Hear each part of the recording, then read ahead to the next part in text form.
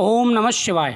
स्वागत है आप सभी का मेरे YouTube चैनल पर। मैं हरिओम शर्मा आज आपको श्रावण मास में शिव महापुराण की कथा सुना रहा हूँ। अध्याय 2। इस कथा के सुनने से सभी मनोकामनाएं पूरी होती हैं। शिव महापुराण धर्म, अर्थ, काम और मोक्ष रूपी चारों पदार्थों को देने वाला है। शिव महापुराण का प्रवचन स्वयं भगवान शिव ने ही किया था। महर्षि वेदव्यास ने सनत कुमार मुनि के कहने पर इस पुराण को लिखा था।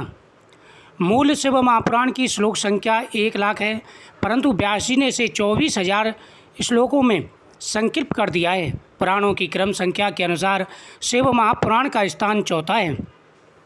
यह पुराण समस्त पुराणों के माथे का तिलक माना गया है। इसमें वेदांत, विज्ञान में तथा निष्काम धर्म का उल्लेख मिलता है। साथ ही इस ग्रंथ में श्रेष्ठ मंत्रों का समूह भी है। जो बड़े आदर से इसे पढ़ता व सुनता है वह भगवान शिव का प्रिय हो जाता है और परम गति को प्राप्त करता है। शिव का अर्थ है कल्याण। शिव के महत्व से ओतप्रोत से यह पुराण शिव महापुराण के नाम से प्रसिद्ध है। भगवान शिव पापों का नाश करने वाले देव हैं तथा बड़े सरल स्वभाव के हैं। इनका एक नाम भोला भी है। अपने नाम के अनुसार ही बड़े भोले भाले एवं शीघ्र ही प्रसन्न होकर भक्तों की मनोकामना पूरी करते हैं। 18 महापुराणों में कई शिव पुराण तो वायु के समान है। जिस प्रकार से वायु के बिना इंसान जीवित नहीं रह सकता, उसी प्रकार शिव पुराण के बिना पुराणों का कोई सार नहीं है। शिव पुराण का संबंध शैव मत से है। इस पुराण में प्रमुख रूप से शिव भक्ति और शिव महिमा का प्रचार मिलता है। प्राय सभी पुराणों में शिव को विशेष त्याग, तपस्या, वात्सल्यता तथा करुणा की मूर्ति बताया गया है। कहा जाता है कि शिव सहज ही प्रसन्न हो जाने वाले एवं मनोवांछित फल देने वाले देव हैं। किंतु शिव पुराण में शिव के जीवन चरित्र पर प्रकाश डालते हुए उनके रहन सहन, विवाह और उनके पौत्रों की उत्पत्ति के विषय में विशेष रूप से बताया गया है। भगवान शिव सदैव लोपकारी और हितकारी हैं। त्रिदेवों में इन्हें संहार का देवता कहा जाता है। अन्य देवताओं की पूजा अर्चना की तुलना में शिव जी की पूजा अत्यंत सरल है। शिवोपासना से हर प्रकार के कार्य सिद्ध हो जाते हैं। अन्य देवता की भांति सुगंधित पुष्पमाला और मीठे पकवानों की भगवान शिव को आवश्यकता नहीं है। शिव तो स्वच्छ जल, बिलपत्र, कटीले और ना खाए जाने वाले पौधों के फल तथा धतूरा आदि से प्रसन्न हो जाते हैं। शिव को मनोरम वेशभूषा और अलंकारों की आवश्यकता नहीं, वे तो सिर्फ भस्म से प्रसन्न हो जाते हैं। जटाजूटधारी, गले में लिपटे नाग और रुद्राक्ष की मालाएं, शरीर पर बागंबर, चिता की भस्म एवं हाथ में त्रिशूल पकड़े हुए वे सारे विश्व को अपनी पदचाप तथा डमरू की कर्णवेदी ध्वनि से नचाते रहते हैं। इसलिए उन्हें नटराज भी कहा जाता है। उनकी वेशभूषा से जीवन और मृत्यु का बोध होता है। शीश पर गंगा और चंद्र जीवन एवं कला के द्योतक हैं। शरीर पर चिता की भस्म मृत्यु की प्रतीत है। यह जीवन गंगा की धारा की भांति चलते हुए अंत में मृत्यु सागर में लीन हो जाता है। भगवान शिव नीलकंठ कहलाते हैं, क्योंकि समुद्र मंथन के समय जब देवगण एवं असुरगण अद्भुत और बहुमूल्य रत्नों की हस्तगत करने के लिए मरे जा रहे थे, तब कालकूट विष के बाहर निकलने से सभी पीछे हट गए। उसे ग्रहण करने के लिए कोई तैयार नहीं हुआ। तब शिव ने ही उस महाविनाशक विष को अपने कंठ में धारण कर लिया। तभी से शिव नीलकंठ कहलाए, क्योंकि विष के प्रभाव से उनका कंठ नीला पड़ चुका था। ऐसे परोपकारी और अपग्रही शिव का चरित्र वर्णन करने के लिए ही इस शिव पुराण की रचना की गई है। यह शिव महापुराण पूर्णतः भक्ति ग्रंथ है। इस पुराण में कलयुग के पाप कर्म से ग्रसित व्यक्ति को मुक्ति के लिए शिव भक्ति का मार्ग सुझाया गया है। भगवान नारायण जब जल में शयन कर रहे थे, तभी उनकी नाभि से एक सुंदर एवं विशाल कमल प्रकट हुआ। उस कमल में ब्रह्मा जी उत्पन्न हुए। माया के बस में होने के कारण ब्रह्मा जी अपनी उत्पत्ति के कारण को नहीं जान सके और उन्हें जल ही जल दिखाई पड़ा। तब आकाशवाणी हुई कि तुम तपस्या करो। 12 वर्षों तक तपस्या करने के पश्चात भगवान शिव ने चतुर्भुज में रूप में उन्हें दर्शन दिया और कहा, मैंने तुम्हें सत्य गुण से निर्माण किया है। लेकिन मायावश ब्रह्मा जी विष्णु जी के स्वरूप को न जानकर उनसे युद्ध करने लगे। तब दोनों के विवाद को शांत करने के लिए एक अद्भुत ज्योतिर्लिंग का आविर्भाव हुआ।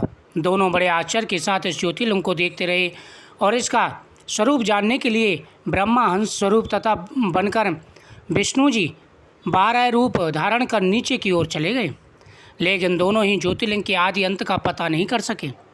इसी प्रकार 100 वर्ष बीत गए। इसके पश्चात ज्योतिर्लिंग से उन्हें ओंकार शब्द का नाद सुनाई पड़ा। पंचमुखी एक मूर्ति दिखाई पड़ी, ये ही शिव थे। ब्रह्मा और शिव ने उन्हें प्रणाम किया। तब शिव ने कहा कि तुम दोनों मेरे ही अंश से उत्पन्न हो, और ब्रह्मा को सृष्टि की रचना एवं विष्णु को सृष्टि का पालन करने की जिम्मेदारी प्रदान की गई है। शिव पुराण में 24,000 श्लोक हैं। इसमें तारकासुरवध, मदनदाह, पार्वती तपस्या, शिव पार्वती विवाह, कार्तिकेय का जन्म, त्रिपुरा वध, केतकी के पुष्प, शिव पूजा में निषेध, रावण की शिव भक्ति आदि प्रसंग वर्णन मिलते हैं। इस पुराण के श्रवण करने से हर प्रकार की मनोकामना पूरी हो जाती है। शिव पुराण में वर्णन आया है कि जो भी श्रद्धा से शिव पुराण कथा का श्रवण करता है वह जन्म मरण के बंधन से मुक्त हो जाता है और भगवान शंकर के परम धाम को प्राप्त होता है। अन्य देवताओं की अपेक्षा भगवान शंकर जल्दी प्रसन्न हो जाते हैं और थोड़ी सी पूजा का बहुत बड़ा फल प्रदान करते हैं। जो व्यक्ति सच्चे मन से महाकाल भोलेनाथ की नियमित रूप से पूजा करते हैं उनके सभी कार्य सिद्ध हो जाते हैं। पुत्रहीनों को पुत्र प्राप्ति, मोक्षार्थी को मोक्ष की प्राप्ति तथा उस जीव कोटि के जन्म पाप नष्ट हो जाते हैं और शिव धाम की प्राप्ति होती है।